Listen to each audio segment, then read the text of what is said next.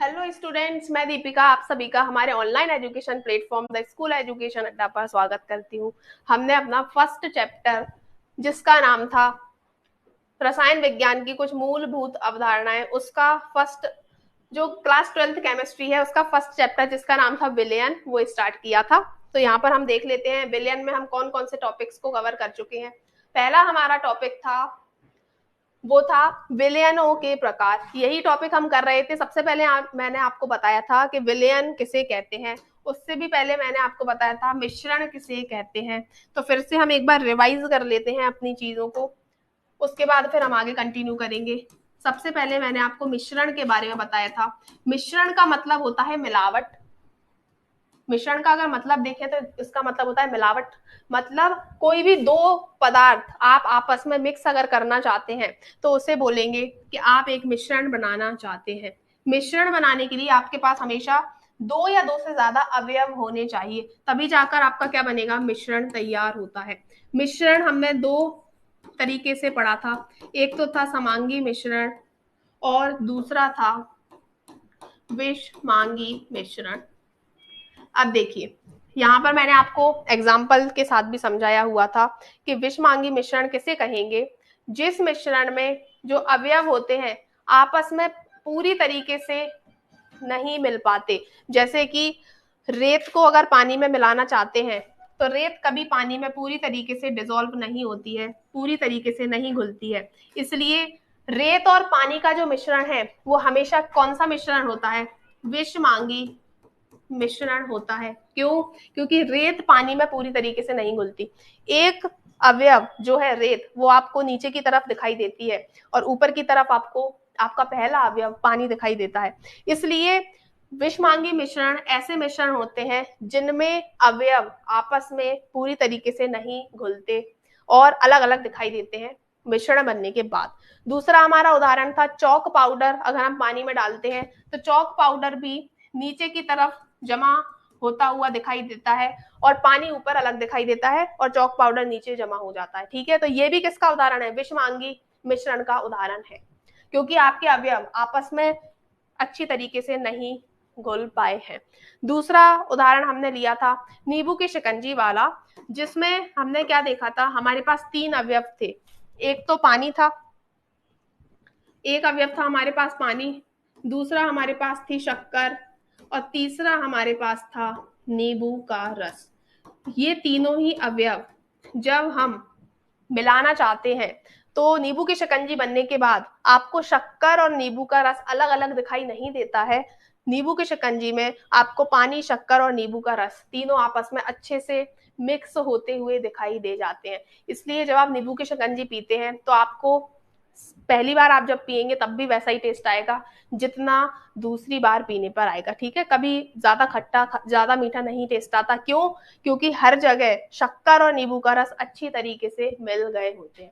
इसलिए ये जो उदाहरण है नींबू की शिकंजी समांगी मिश्रण का उदाहरण हो जाती है। समांगी मिश्रण, सम का मतलब होता है एक जैसा। ठीक है, सम और विषम संख्याएं हम पढ़ते हैं गणित में। तो सम का मतलब क्या होता है, एक जैसा, मतलब एक जैसी कंपोजिशन, एक जैसा ही मिलावट है पूरे के पूरे मिश्रण में। तो समांगी मिश्रण क्या होता है, जब एक जैसा आपको क्या दिखाई दे, एक जैसी आपको उनकी संरचना दिखाई दे। शक्कर भी उतनी ही होगी इस वाले पोर्शन में, इस वाले हिस्से में भी शक्कर और नींबू उतना ही होगा जितना नीचे वाले हिस्सों में होगा। इसलिए सम का मतलब होता है एक जैसा। पानी में शक्कर और नींबू एक जैसे तरीके में क्या हो जाते हैं, घुल जाते हैं। इसलिए नींबू की शिकंजी समांगी मिश्रण का उदाहरण होता है। ठीक है, और इससे पहले हमने जो उदाहरण लिया था वो किसका था, विषमांगी का। विषम जो संख्याएं होती हैं उनका मतलब क्या होता है, अलग अलग। उसमें जब पेयर्स बनाते हैं तो तीन जो होती है विषम संख्या है। क्यों? क्योंकि दो के पेयर बन जाते हैं, दो का जोड़ा बन जाता है, एक अलग रह जाता है। ऐसे ही विषमांगी जो हमारा मिश्रण है उसके उदाहरण में क्या है, आपके जो अवयव हैं वो अलग अलग आपको दिखाई दे रहे हैं, एक जैसे दिखाई नहीं दे रहे। इसलिए क्या बोलते हैं, ये जो रेत वाला उदाहरण है, रेत का पानी में घुलना और रेत और पानी का मिश्रण हमेशा विषमांगी उदाहरण होता है, विषमांगी मिश्रण का उदाहरण होता है।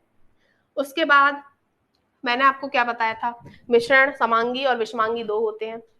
समांगी मिश्रण, विषमांगी मिश्रण में क्या होता है, आपके अवयव अच्छी तरीके से नहीं घुल मिल पाते, और समांगी में जस्ट उल्टा होता है, आपके दोनों अवयव अच्छी तरीके से एक दूसरे में घुल मिल जाते हैं। जैसे चाशनी, शक्कर की चाशनी जो होती है उसमें शक्कर पूरी तरीके से घुल जाती है। अब देखिए यही जो समांगी मिश्रण है, इन्हें आगे चल के मैं विलयन का नाम दे रही थी। किसका नाम दे रही थी? विलयन का। मतलब विलयन भी क्या होगा? विलयन भी ऐसा मिश्रण होगा जिसमें पूरी तरीके से अवयव आपस में मिक्स हो चुके होंगे। तो विलयन जो होते हैं वो क्या होते हैं? समांगी मिश्रण का ही उदाहरण होते हैं। ये सारी चीजें हम कल की क्लास में कंप्लीट कर चुके थे। उसके बाद एक चीज और हमने कंप्लीट कर ली थी कि विलयन बनाने के लिए मुझे किस किस चीजों की आवश्यकता होगी। विलयन बनाने के लिए मुझे दो चीजों की आवश्यकता होगी। वो दो चीजें हैं, एक है हमारा विलायक और दूसरा हमारा था विलेय। अब मैंने आपको तरीका बताया था कि कैसे पहचाने कि किसी भी विलयन में विलायक कौन है और विलेय कौन है। तो मैंने आपको बताया था किसी भी मिश्रण में, किसी भी विलयन में विलायक वो अवयव होता है जिसकी मात्रा उस विलयन में ज्यादा होती है। जैसे नींबू की शिकंजी में सबसे ज्यादा आप क्या लेते हैं? सबसे ज्यादा मात्रा में आप पानी लेते हैं, पूरा एक गिलास पानी का इस्तेमाल करते हैं। शक्कर केवल 2 चम्मच डाली जाती है और नींबू का रस केवल आधे नींबू में जितना रस निकलता है वही डाला जाता है। तो सबसे ज्यादा मात्रा किसकी होती है नींबू की शिकंजी में? पानी की, फिर शक्कर की, और सबसे कम मात्रा में हम क्या लेते हैं? नींबू का रस। ठीक है, इसलिए किसी भी विलयन में सबसे ज्यादा मात्रा में जो अवयव होगा उसी का नाम होगा विलायक। तो नींबू की शिकंजी का विलायक होता है पानी, क्योंकि पानी सबसे ज्यादा मात्रा में लिया जाता है। चाशनी में भी लेंगे, चाशनी बनाते वक्त ज्यादा मात्रा में आप पानी लेते हैं, कम मात्रा में आप शक्कर डालते हैं, इसलिए जो चाशनी है उसका विलायक कौन होगा? पानी, क्योंकि पानी की मात्रा चाशनी में ज्यादा होती है। तो विलायक का मतलब आपको समझ में आ गया होगा। विलायक क्या होता है? किसी भी विलयन में जिस अवयव की मात्रा ज्यादा होती है उसे बोलेंगे विलायक। नींबू की शिकंजी में पानी सबसे ज्यादा था इसलिए विलायक, चाशनी में पानी ज्यादा था इसलिए विलायक। अब दूसरी बात आती है, यहाँ पर मैंने क्या बोला? विलयन बनाने के लिए दो चीजों की जरूरत पड़ेगी, एक होगा विलायक, दूसरा होगा विलेय। विलायक का तो हमने पता लगा लिया कि विलायक कैसे पता लगेगा? किसी भी विलयन में जो सबसे ज्यादा मात्रा में होगा वो होगा विलायक। अब विलेय क्या होगा? विलायक के अलावा जो भी कुछ मौजूद होगा आपके विलयन में वो सारा का सारा विलेय होगा। जैसे इस वाले सॉल्यूशन में, इस वाले विलयन में देखिए पानी क्या था हमारा? विलायक। और पानी के अलावा क्या था नींबू की शिकंजी में? एक तो शक्कर, दूसरा नींबू का रस। तो शक्कर और नींबू का रस जो है ये दोनों ही क्या हो जाएंगे? ये दोनों ही हो जाएंगे विलेय का उदाहरण। ठीक है, तो विलेय को पहचानने का क्या तरीका है? सबसे पहले आप विलायक की पहचान करेंगे। और विलायक की पहचान कैसे करेंगे? आप ये देख लेंगे कि विलयन बनाते वक्त सबसे ज्यादा मात्रा में मैंने क्या लिया था? पानी लिया था, इसलिए पानी हो गया विलायक। और फिर उस विलयन में पानी के अलावा जो भी कुछ बचा होगा वो होगा विलेय का उदाहरण। शक्कर और नींबू का रस विलेय का उदाहरण है। ठीक है, और इस वाले एग्जाम्पल में जिसमें हम चाशनी बना रहे थे तो किसका इस्तेमाल किया था? पानी और शक्कर का। तो पानी क्या था? विलायक, क्योंकि चाशनी बनाते वक्त सबसे ज्यादा मात्रा में पानी लिया जाता है और चाशनी में पानी के अलावा क्या उपस्थित होता है? वो होती है हमारी शक्कर। तो शक्कर क्या हो जाएगी? विलेय हो जाएगी। पानी के अलावा जो भी कुछ मौजूद है वो हो जाएगा विलेय। ठीक है, पानी के अलावा क्या मौजूद है? शक्कर, इसलिए शक्कर हो जाएगी विलेय। तो आपको विलेय और विलायक क्लियर हो गए होंगे। किसी भी विलयन में ज्यादा मात्रा में जो होता है वो होता है विलायक, और विलायक को छोड़कर जो भी कुछ होता है वो होता है हमारा विलेय। ठीक है, अब हम देख लेते हैं हमने कल कौन कौन से एग्जाम्पल्स पढ़े थे। विलयन के प्रकार जो हमने पढ़े थे उनको हम देख लेते हैं। विलयन के प्रकार देखिए, जो जिन भी बच्चों को कोई भी डाउट है या फिर कोई चीज आपको दोबारा समझना है तो आप समझ सकते हैं। कमेंट सेक्शन आपके लिए खुला हुआ है, आप वहां पर लिख सकते हैं आपको अगर कोई भी चीज दोबारा समझनी है तो। अब देखिए यहाँ पर मेरी बात बड़े ध्यान से सुनेंगे आप लोग। मैंने आपको विलयन के प्रकार बताए थे, उसमें से एक प्रकार था हमारा तनु विलयन, एक प्रकार था हमारा तनु विलयन और दूसरा प्रकार था सांद्र विलयन। ये दो प्रकार के विलयन कल हमने पढ़ लिए थे, जिनका मैं एक बार और आपको रिवीजन करवा रही हूँ। पहला था हमारे पास तनु विलयन और दूसरा हमारे पास था सांद्र विलयन। अब इन विलयनों को पहले तो मुझे बनाना पड़ेगा, उसके लिए मैं एक ग्लास लेती हूँ। इस ग्लास में मैंने क्या लिया है, विलायक के तौर पर पानी लिया हुआ है। इस ग्लास में मैंने पानी लिया हुआ है। पानी क्या है मेरे पास, विलायक है। पानी को मैंने विलायक के तौर पर इस्तेमाल किया है, क्योंकि पानी जो है अपने अंदर हर चीज को घोल सकता है, इसलिए पानी जो है सबसे अच्छा विलायक होता है। तो पानी मैंने विलायक के तौर पर लिया है और इस पानी की मात्रा मैंने ली है 100 मिलीलीटर। पानी को लीटर और मिलीलीटर में नापा जाता है, इसलिए 100 मिलीलीटर पानी मैंने इस पहले वाले ग्लास में लिया हुआ है। यहाँ पर हम दूसरा ग्लास ले लेते हैं। इस दूसरे ग्लास में भी मैंने क्या लिया हुआ है, पानी लिया हुआ है। इस दूसरे ग्लास में भी मैंने पानी लिया हुआ है और पानी की मात्रा कितनी ली हुई है, वही 100 मिलीलीटर जो मैंने पहले वाले ग्लास में ली थी। पानी भी मैंने 100 मिलीलीटर लिया हुआ है और पानी भी क्या है यहाँ पर मेरा, पानी यहाँ पर भी मेरा क्या है, विलायक। यहाँ पर भी पानी क्या है, विलायक। अब मुझे एक बात बताइए, क्योंकि मुझे विलयन बनाना है तो मुझे विलायक के साथ साथ विलेय की भी जरूरत होगी, इसलिए विलेय के लिए मैं यहाँ पर ले लेती हूँ, नमक का इस्तेमाल कर लेती हूँ। पहले वाले ग्लास में 100 मिलीलीटर पानी था, 100 मिलीलीटर पानी था, उसमें मैंने केवल और केवल 1 चम्मच नमक डाला हुआ है। पहले ग्लास में जिसमें 100 मिलीलीटर पानी था, मैंने केवल 1 चम्मच नमक को डाला हुआ है। दूसरे वाले ग्लास में जिसमें मैंने 100 मिलीलीटर ही पानी लिया था, सेम उतना ही पानी जितना मैंने पहले ग्लास में लिया था। अब लेकिन दूसरे वाले ग्लास में मैं 10 चम्मच नमक को डालती हूँ। 10 चम्मच नमक को डालती हूँ। दोनों को मैंने अच्छे से मिला लिया है। अब मुझे बताइए कौन सा विलयन आपको थोड़ा पतला लगेगा और कौन सा विलयन आपको गाढ़ा महसूस होगा। अगर आप पानी को डालने की कोशिश करेंगे, ग्लास में से विलयन को बाहर लाने की कोशिश करेंगे, तो आपको दिखाई देगा कि जो पहला वाला ग्लास है उसका जो विलयन है वो थोड़ा पतला होगा। क्यों? क्योंकि मैंने विलेय की मात्रा कम रखी है। पहले वाले ग्लास में मैंने पानी तो 100 मिलीलीटर लिया है, दोनों ही ग्लास में पानी सेम लिया है, लेकिन पहले ग्लास में मैंने 1 चम्मच नमक को डाला है, दूसरे ग्लास में मैंने 10 चम्मच नमक को डाला है। अब आप मुझे बताइए, तो ये आप घर पे भी करके देख सकते हैं कि अगर मैंने एक गिलास में 1 चम्मच नमक डाला होगा, दूसरे ग्लास में 10 चम्मच नमक डाला होगा और दोनों ही ग्लासेस में पानी की मात्रा बिल्कुल एक जैसी होगी, तो जो पहले ग्लास का विलयन है वो थोड़ा पतला बनेगा, क्योंकि विलेय की मात्रा कम रखी है। और दूसरे वाले ग्लास में जो विलयन होगा उसका जो कॉन्सेंट्रेशन है या सांद्रता बोलते हैं, जब विलेय की मात्रा हम ज्यादा कर देते हैं तो उसे बोलते हैं वो हमारा विलयन गाढ़ा बनेगा हमेशा। चाशनी का ही उदाहरण ले लीजिए। दो बर्तन आपने लिए हैं, दोनों में आप चाशनी बनाना चाहते हैं। एक बर्तन में आपने 100 मिलीलीटर पानी लिया, दूसरे बर्तन में भी आपने 100 मिलीलीटर पानी लिया।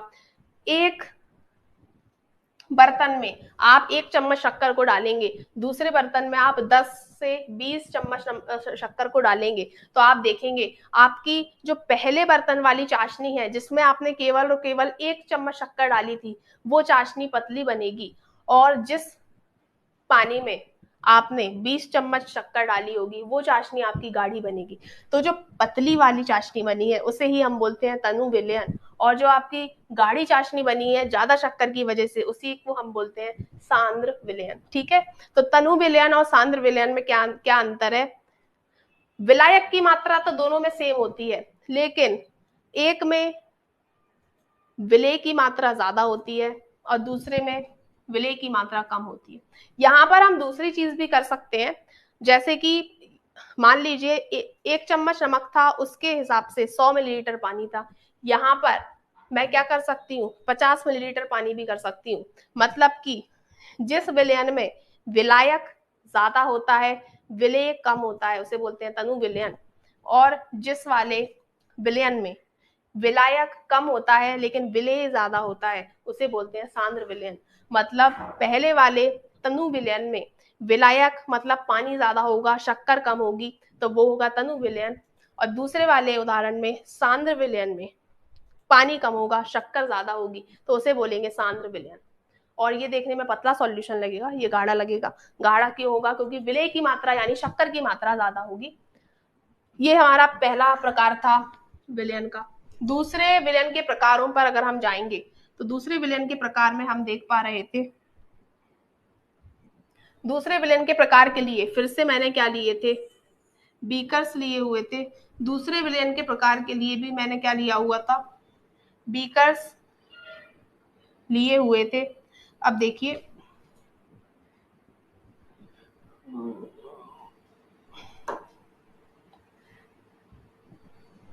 ये देखिए, ये मैंने पहला ग्लास लिया हुआ था। एक मिनट,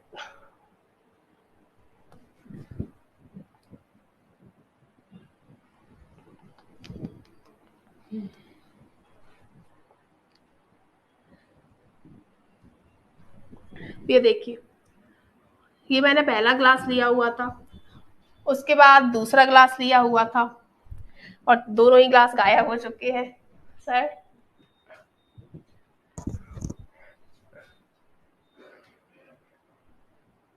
ओके, ठीक है। तो हम 3 प्रकार के ग्लास बना रहे थे। ये देखिए, ये मेरा पहला ग्लास है, ये मेरे पास दूसरा ग्लास है, और ये मेरे पास तीसरा ग्लास है। तीनों ग्लास में ही मैंने उतना ही पानी लिया हुआ है। ये देखिए, तीनों ग्लास में मैंने 100 मिलीलीटर ही पानी लिया हुआ है, जो मैंने कल भी लिया हुआ था। 100 ml वाटर, ये भी 100 मिलीलीटर पानी, और थर्ड वाले में भी 100 मिलीलीटर पानी ही लिया हुआ है। थर्ड में भी 100 मिलीलीटर पानी ही लिया हुआ है। ये देखिए, 100 मिलीलीटर। तीनों ग्लासेस में मैंने सेम पानी की मात्रा ली हुई है, जो है 100 ml, 100 ml और 100 मिलीलीटर। अब देखिए, ये पानी किसका काम कर रहा है? विलायक का काम कर रहा है। पानी किसका काम कर रहा है? विलायक का काम कर रहा है। और ये मुझे पता है, ये मैंने मान लिया कि 100 मिलीलीटर पानी में मैं 10 चम्मच नमक को आराम से घोल सकती हूँ। 100 मिलीलीटर पानी में मैं 10 चम्मच नमक को आराम से घोल सकती हूँ। लेकिन मैंने क्या किया? पहले वाले ग्लास में केवल 1 चम्मच नमक डाला। अब मुझे बताइए, 100 मिलीलीटर पानी की क्षमता क्या थी? 10 चम्मच नमक को घोल सकता था। 100 मिलीलीटर पानी की कितनी कैपेसिटी थी, कितनी योग्यता थी कि वो 10 चम्मच नमक को अपने अंदर घोल सकता था। लेकिन मैंने क्या किया? केवल 1 चम्मच नमक दिया, केवल और केवल 1 चम्मच नमक मैंने उसे दिया। तो इसे बोलेंगे असंतृप्त विलयन। क्या बोलेंगे? असंतृप्त विलयन। इसे मैं क्या बोलूंगी? असंतृप्त विलयन बोलूंगी। क्यों? क्योंकि इसकी क्षमता से कम मैंने इसे नमक दिया है। केवल और केवल 1 चम्मच नमक अगर दिया है, तब मैं बोलूंगी कि इसकी क्षमता तो कितनी थी? 10 चम्मच नमक को घोलने की, लेकिन मैंने 1 चम्मच नमक दिया, इसलिए अभी इसकी क्षमता पूरी नहीं हो पाई है। इसलिए इसका नाम होगा असंतृप्त विलयन। संतृप्त का मतलब मैंने आपको कल भी बताया था, जितना हमें चाहिए उतना मिल जाता है तो बोलते हैं संतृप्त हो जाना। लेकिन ये असंतृप्त विलयन है। क्यों? क्योंकि इसकी क्षमता थी 10 चम्मच नमक को घोलने की, इसमें केवल 1 चम्मच ही नमक मैंने डाला है। सेकंड बीकर में मैं आती हूँ। पानी 100 ml है, मतलब 10 चम्मच नमक घोलने की क्षमता इसकी भी होगी, लेकिन मैंने इसमें इसमें मैंने जितना इसकी योग्यता थी 10 चम्मच नमक, उतना ही इसमें डाल दिया। 10 चम्मच चाहिए था, इसे 10 चम्मच नमक दे दिया गया है। अब क्या होगा? अब क्या होने वाला है? जितना इसे चाहिए था उतना इसको मिल चुका है, इसलिए ये जो विलयन बनेगा, ये कैसा विलयन बनेगा? कैसा विलयन बनेगा? ये बनेगा संतृप्त विलयन। क्योंकि जितनी इसकी क्षमता थी वो थी 10 चम्मच नमक को घोलने की, मैंने 10 के 10 चम्मच इसमें डाल दिए हैं, इसलिए ये किसका उदाहरण है? संतृप्त विलयन का उदाहरण बन चुका है। तीसरे बीकर पे मैं आती हूँ। तीसरे बीकर में मैंने 20 चम्मच नमक को डाल दिया है। 20 चम्मच नमक को मैंने डाल दिया है। ठीक है। अब देखिए, 100 मिलीलीटर पानी 10 चम्मच नमक को घोलने की क्षमता रखता था, मैंने इसे दे दिए 20 चम्मच। इसका मतलब क्या है? ये जरूरत से ज्यादा मैंने इसको दे दिया, इसलिए इसका नाम होगा अति संतृप्त विलयन। इसका नाम क्या होगा? अति संतृप्त विलयन। क्योंकि ये जितना चाहता था उससे ज्यादा इसे नमक दे दिया गया है। ठीक है, तो ये होगा अति संतृप्त विलयन। और यहाँ पर इन तीनों ही ग्लास में पानी विलायक का काम करेगा और नमक विलेय का। पानी किसका काम करेगा? विलायक का, और नमक विलेय का। अब ये आपको आने वाली कक्षा में मैं बताऊंगी कि पानी को अच्छा विलायक क्यों मानते हैं, क्या ऐसा कारण है कि पानी अपने अंदर हर चीज को घोल लेता है। ठीक है, पर अभी ये प्रकार आपको क्लियर हो गए होंगे। उसके बाद अब हमें क्या पढ़ना था, वो हम स्टार्ट कर रहे हैं अपना नया टॉपिक, जिसका नाम है विलयनों के प्रकार। पर किसके आधार पर? और एक चीज और, मैंने आपको क्या बताया था कि आपका विलयन किस अवस्था में दिखाई देगा, ये किस पर निर्भर करता है? आपके विलायक की भौतिक अवस्था पर। ये देखिए, मैंने आपको कल भी बताया था, एक बार और समझ लेते हैं। मान लीजिए अगर आप चाहते हैं कि आपका विलयन तरल अवस्था में दिखे, तरल अवस्था में, जैसे नींबू की शिकंजी है, आपको कैसी अवस्था में दिखती है? तरल अवस्था में। आप पीते हैं नींबू की शिकंजी को, इसलिए नींबू की शिकंजी तरल अवस्था में दिखाई देती है। नींबू की शिकंजी तरल अवस्था में दिखे, इसके लिए आपको जो विलायक है, नींबू की शिकंजी का विलायक जो है पानी, पानी को भी तरल अवस्था में ही लेना पड़ेगा। अगर आपका विलायक तरल अवस्था में है तो आपका विलयन भी तरल अवस्था में ही बनेगा। पानी आप कैसा लेते हो? पानी आप तरल अवस्था में ही लेते हो नींबू की शिकंजी बनाने के लिए। बाकी शक्कर तो आपकी ठोस होती है और नींबू का रस भी तरल होता है। तो विलायक की भौतिक अवस्था पर निर्भर करेगा कि आपका विलयन कैसा दिखाई देगा। ठीक है, आपका विलायक पानी अगर कैसा है, तरल है, तो आपको नींबू की शिकंजी भी तरल अवस्था में दिखाई देगी। अब यहाँ पर आ जाइए, चाशनी बनाते वक्त चाशनी आपको तरल अवस्था में दिखाई देती है। क्यों? क्योंकि चाशनी में जो विलायक इस्तेमाल में लाया गया है वो होता है पानी, और पानी तरल अवस्था में पाया जाता है, इसलिए चाशनी भी आपको कैसे दिखाई देती है? तरल अवस्था में। तो आपके विलायक पर डिपेंड करेगा, आपके विलायक पर निर्भर करेगा कि आपका विलयन कैसा दिखाई देगा। ठीक है, अगर आपने दो चीजों का पाउडर ले लिया, मान लीजिए दोनों पाउडर्स को मिक्स कर दिया, तो आपका सॉल्यूशन या विलयन भी कैसा दिखाई देगा? पाउडर फॉर्म में ही दिखाई देगा, क्योंकि आपने विलायक पाउडर लिया है। अब देखिए, विलायक पर निर्भर करता है क्या? विलायक पर निर्भर करेगा कि आपका विलयन कैसा दिखाई देगा। अब देखिए, उसी आधार पर हम तीन प्रकार के विलयन पढ़ेंगे। सबसे पहले गैसीय विलयन। अब मुझे बताइए, गैसीय विलयन हम पढ़ेंगे तो गैसीय विलयन आपको कैसा दिखाई देगा? गैस जैसा। गैस जैसा विलयन अगर आपको चाहिए तो आपको विलायक कौन सा लेना होगा? गैस। अगर आप चाहते हैं आपका विलयन द्रव अवस्था में दिखे, तरल और द्रव एक ही बात है, तो द्रव अवस्था में अगर चाहते हैं आपका विलयन दिखाई दे तो आपको विलायक भी कैसा लेना पड़ेगा? द्रव। उसके बाद अगर आप चाहते हैं आपका विलयन ठोस अवस्था में दिखाई दे तो आपका विलायक भी कैसा होना पड़ेगा? ठोस ही होना पड़ेगा। तो सबसे पहले हम गैसीय विलयन को पढ़ लेते हैं। गैसीय विलयन के लिए मुझे विलायक क्या चाहिए? गैस। और विलेय में कुछ भी ले सकती हूँ, गैस, द्रव और ठोस कुछ भी ले सकती हूँ, लेकिन अगर मुझे चाहिए कि मेरा विलयन गैस जैसा दिखे तो मुझे विलायक तो गैस ही लेनी पड़ेगी। विलेय में गैस भी ले सकती हूँ, द्रव भी ले सकती हूँ, ठोस भी ले सकती हूँ। अब देखिए, पहला उदाहरण हमारा गैसीय विलयन बनाने के लिए, जिसमें विलायक भी गैस है और विलेय भी गैस है। विलायक तो मुझे गैस ही लेना पड़ेगा, विलेय में पहली बार गैस लेती हूँ। इसके लिए हमारा उदाहरण है ऑक्सीजन और नाइट्रोजन गैस का मिश्रण।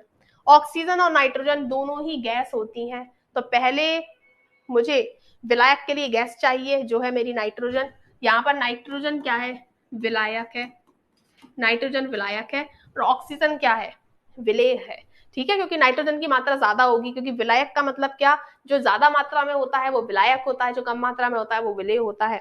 तो देखिए, पहला मेरा उदाहरण, जब मुझे गैसीय विलयन चाहिए उसके लिए मुझे विलायक गैस लेना पड़ेगी, और पहला उदाहरण जिसमें मैं विलेय भी गैस ले रही हूँ वो है ऑक्सीजन व नाइट्रोजन गैस का मिश्रण। अब देखिए इस स्लाइड में, ये जो स्लाइड आपको दिखाई दे रही है इसमें आप देख पा रहे हैं जो हमारा गोताखोर है, जो समुद्र में गहरे पानी में जो लोग जाते हैं। अब एक बात बताइए, हमारे जो फेफड़े होते हैं उनमें हवा अगर जा रही है तो हमारे फेफड़े सही से काम करते हैं, क्योंकि हमें हवा चाहिए, हमें ऑक्सीजन की जरूरत है। लेकिन वो ऑक्सीजन पानी में घुली हुई नहीं होनी चाहिए। अगर हमारे फेफड़ों में पानी भर जाता है तो हम नहीं बच पाते, क्योंकि हमें हमारे फेफड़ों में क्या चाहिए, हमारे फेफड़े इस तरीके से बने हुए हैं कि हमारे फेफड़ों में केवल और केवल हवा ही जा सकती है। अगर पानी चला गया तो हम जीवित नहीं रह सकते। इसलिए जो पानी में रहने वाले जीव जंतु हैं, जैसे मछलियां हुई या फिर और भी जीव जंतु हैं जो पानी में रहते हैं, उनके पास फेफड़ों की जगह गिल्स होते हैं, गिल्स। ठीक है, उन गिल्स की मदद से वो क्या करते हैं, अब पानी में हवा तो होती नहीं है, लेकिन पानी में जो ऑक्सीजन होती है वो घुली हुई होती है। तो पानी में घुली हुई ऑक्सीजन का इस्तेमाल कौन करते हैं, पानी में रहने वाले जीव जंतु करते हैं। लेकिन हमारे फेफड़ों को तो क्या चाहिए, हवा चाहिए। इसलिए अगर कोई इंसान पानी के अंदर जाएगा तो क्या करना पड़ेगा उसे, उसके पास गिल्स तो है नहीं, जैसे मछलियों के पास गिल्स होते हैं तो पानी में घुली हुई ऑक्सीजन का वो इस्तेमाल कर लेती हैं। लेकिन इंसानों के फेफड़ों को तो हवा चाहिए, पानी भर जाएगा तो काम नहीं करते। इसलिए अगर इंसान पानी के अंदर जा रहा है तो उसे क्या करना पड़ेगा, अपनी ऑक्सीजन खुद ले जानी पड़ेगी। और वो ऑक्सीजन कैसी होनी चाहिए, गैस के फॉर्म में होनी चाहिए। ठीक है, तो जो गोताखोर होते हैं जो पानी के अंदर जाते हैं वो क्या करते हैं, उनकी पीठ पर एक सिलेंडर बांधा जाता है। उस सिलेंडर में ऑक्सीजन और नाइट्रोजन गैस, ऑक्सीजन भी गैस है, नाइट्रोजन भी गैस है, इन दोनों का मिश्रण भरा जाता है। इन दोनों का मिश्रण भरा जाता है। अब मुझे बताइए, जब मैं गैस विलायक के तौर पर ले रही हूँ और गैस ही ले रही हूँ विलेय के तौर पर, ऑक्सीजन भी गैस है, नाइट्रोजन भी गैस है, तो मेरा मिश्रण कैसा तैयार होगा, गैसियस मिश्रण या फिर गैसीय मिश्रण, गैसीय मिश्रण तैयार होगा। इसलिए जो गोताखोर होते हैं उनके सिलेंडर में ऑक्सीजन और नाइट्रोजन ये दोनों ही गैस है, इनका मिश्रण भरा जाता है। अब मेरी बात सुनिए, पहले ऑक्सीजन और नाइट्रोजन का मिश्रण भरा जाता था, अब नाइट्रोजन की जगह पर हीलियम गैस का इस्तेमाल किया जाने लगा है। और नाइट्रोजन को हटाकर हीलियम का इस्तेमाल क्यों किया गया, ये हम आगे वाली कक्षा में पढ़ेंगे। अभी तो केवल इतना ही आपको याद रखना है कि पहला जो मेरा सॉल्यूशन का विलयन का प्रकार है वो कौन सा है, पहला विलयन का प्रकार कौन सा है, जिसमें विलायक भी गैस होगी और विलयन भी क्या होगा, गैस होगा। विलायक भी गैस है, विलेय भी गैस है, तो मेरा क्या बना, गैसीय विलयन। उसका एग्जाम्पल क्या था, नाइट्रोजन और ऑक्सीजन का मिश्रण, जिसके लिए मैंने आपको बता दिया जो हमारे गोताखोर होते हैं उनके पीठ पर जो सिलेंडर होता है उस सिलेंडर में पहले ऑक्सीजन और नाइट्रोजन का ही मिश्रण भरा जाता था, लेकिन अब नाइट्रोजन की जगह क्या इस्तेमाल किया जाने लगा है, हीलियम गैस इस्तेमाल की जाने लगी है। तो पहले मिश्रण का आपको उदाहरण क्लियर हो गया होगा, जो गोताखोर होते हैं उनके जो सिलेंडर्स होते हैं उनमें ऑक्सीजन गैस और नाइट्रोजन गैस का मिश्रण भरा जाता है। अब उसकी जगह पे हीलियम हो गई, तो गैस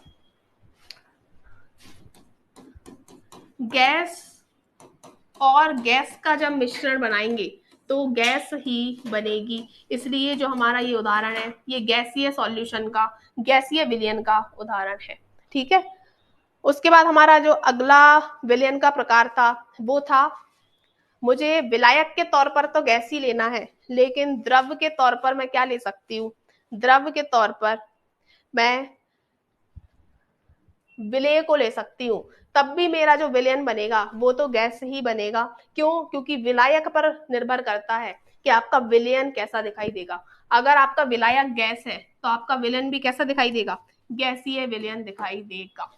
इसके बारे में हम अपनी अगली क्लास में शुरू करेंगे, सारे के सारे विलयन के प्रकार हम अपनी अगली क्लास में पढ़ेंगे। तब तक के लिए मैंने जितने भी टॉपिक्स आपको करवाए हैं वो सारे आपको रिवाइज करके आने हैं, अपनी बुक से पढ़कर आना है। तो हम मिलते हैं अपनी नेक्स्ट कक्षा में, तब तक के लिए धन्यवाद।